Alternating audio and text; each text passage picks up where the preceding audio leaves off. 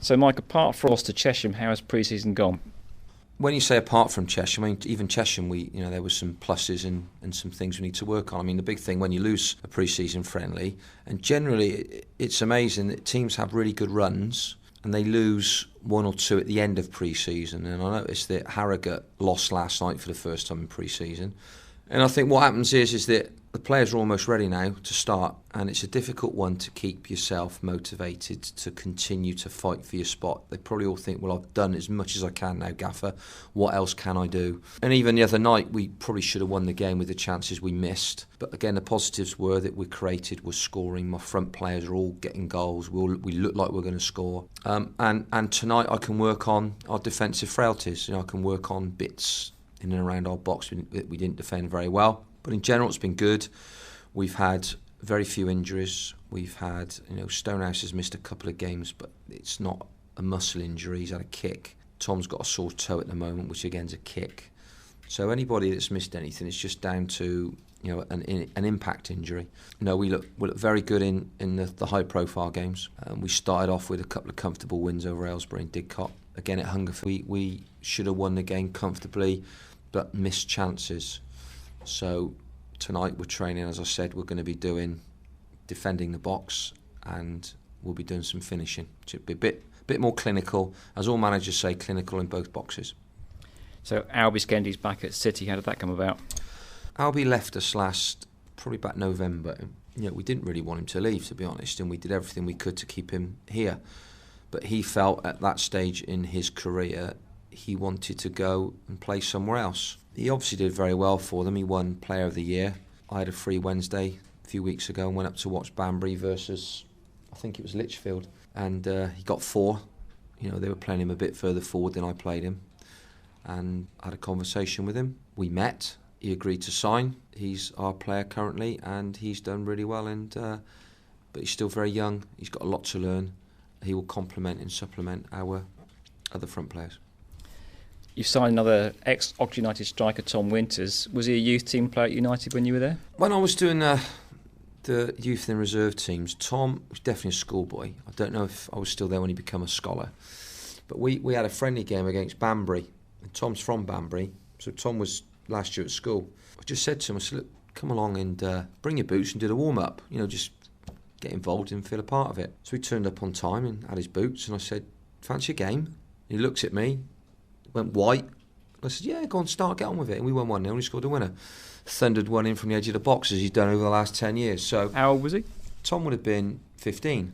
No, Tom's somebody who I've been after every summer for the last 4 or 5 years. Tom, come and play for me. Tom, come and play for me. They do say if you're good enough, you're old enough.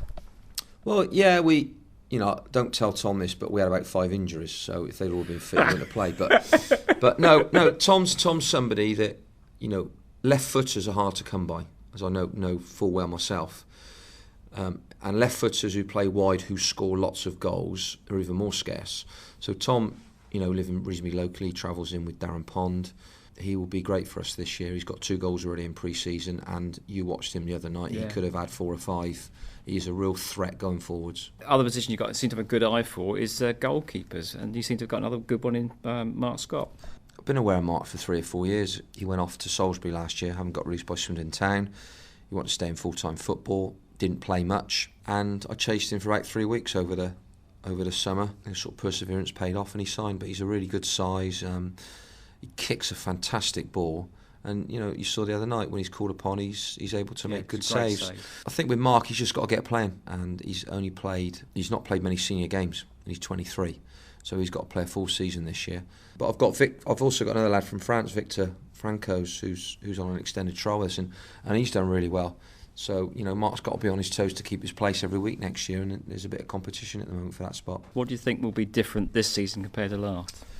I think the league's going to be tougher. I think there's going to be a better mid-range of quality teams. I think everybody would have improved. I've seen Solihull, they look better. I've seen Brackley, they look better. I saw Harrogate last night, they look better. There's lots of teams with aspirations to be, I'll talk about Brackley and Harrogate. They've definitely got aspirations of being in the playoffs. Solihull finished place below us, but not a million miles away from the playoffs. They'll have aspirations to get closer. When we've got aspirations to be better, there is definitely, and I don't know how factual it is, but there is definitely a second season syndrome where you get caught out. You take people by surprise in the first year, and you get caught out in the second year. We don't want that to happen to us. And I think I've got enough quality players in for that not to happen. But we want to score more goals, concede less, and that way we'll gain more points and we'll finish higher up the table. OK, Mike, so 7 odd weeks of very hard work all comes to a head at home to Harrogate on Saturday. Is everyone fit and raring to go? Yeah, I think so. It seems an absolute age since we finished against Bishop Stortford in the end of April. And here we are now, 2 days away from the start of a new season. Lads have been brilliant, they worked really hard, been really sort of proud of the way they've gone about their work in pre-season. Yeah, we fingers crossed, we should all be fit on Saturday. We've had a couple of knocks, but they're going to train tonight, and I'm sure, crikey, he's moved heaven and earth to be fit and available for the first game. So I'm sure that they will all be. I'll have 17 players to choose from, so someone's going to miss out. But fortunately, that's the way it is. So you've been a very busy boy over the summer with lots of signings. Can you take us through the squad's new boys and tell us what they add to the squad, starting with the goalkeepers in the back? I signed Mark Scott. That took quite a while to get done. I think eventually Scott, he just wanted to sign. He just wanted to get it done and get signed. And he's been brilliant. He's been really good, first class attitude. I've had Victor Franco's in from. He's actually been in America, but he's a French lad. He's going to provide real stiff competition to Mark. Mark's going to have to be right on his toes to perform every week. James Clifton's come from Brackley. Time was right for James to have a change. And he's come in and he'll give us nice stability and balance at full-back. Lee Henderson, come from Didcot. Young lad, point to prove. Was a kid at Oxford United. He's done really well pre-season. His own players have been really impressed with him, so that's good for him. We've got Tom Winters on the left. Tom's at the peak of his powers now. He's 27, 28. Scores goals for fun, crosses a fantastic ball. He'll be really good for us this year. Mike Simmons from Worcester, an established Conference North footballer, big, strong, good lad. Brought Albie back from Banbury, so he'll be another bonus for us. He's hit the ground running in pre-season, and we just look like we're a little bit better this time this year than we were last year. I just think the group's stronger, and I've got a little bit more quality in it as well. But I can sit here till Saturday afternoon at 3 o'clock with you, Colin, and go on about my squad being better, but ultimately it's Saturday afternoon 3 o'clock. That's when we'll start deciding whether it is or not. So have you made any change to the training regimes this year, fitness things behind the scenes? No, we've kept most of it similar because it works. I don't like having players injured who have pulled muscles and they re-injure. So we do a lot of activation work. We work, make sure the glutes are ready, which is your backside, your hamstrings, your quads, your core, they're all ready to go, and there's no excuses then for injuries. So we've made sure we've kept the same shape for every pre-season game, which was different to last year. Last year I was tinkering in finding in which was the best one, but it is my best one. It's what I want to play, 2 forwards. Sometimes one has to drop in a little bit when the other team play a spare man in midfield, but they all know their roles now, and I'm really excited and looking forward to it. So which of the teams do you think to look out for this season in the Skrill North, as it's now called? Well, I think our opening opponents, Harrogate, will be there or thereabouts. They've made they've signed some experienced players. I've got a mix. I've got experience. Well, I've got sort of a couple of experience and some younger ones. So they'll be there or thereabouts. Stockport, League Club 3 or 4 years ago. Telford assigned half the Chester team that won in Division last year. They're the teams that have come up, the teams that have gone down. I think this is going to be a really tough league next year. And the one thing I know we need to be better at is to be at it every week. First season in it, we were great for a spell at the start, great for a spell at the end, but not good enough in the middle. But we need to make sure every single week we're at it and ready to go and capable of winning a game. But it's be a tough league, lots of good teams, lots of good players.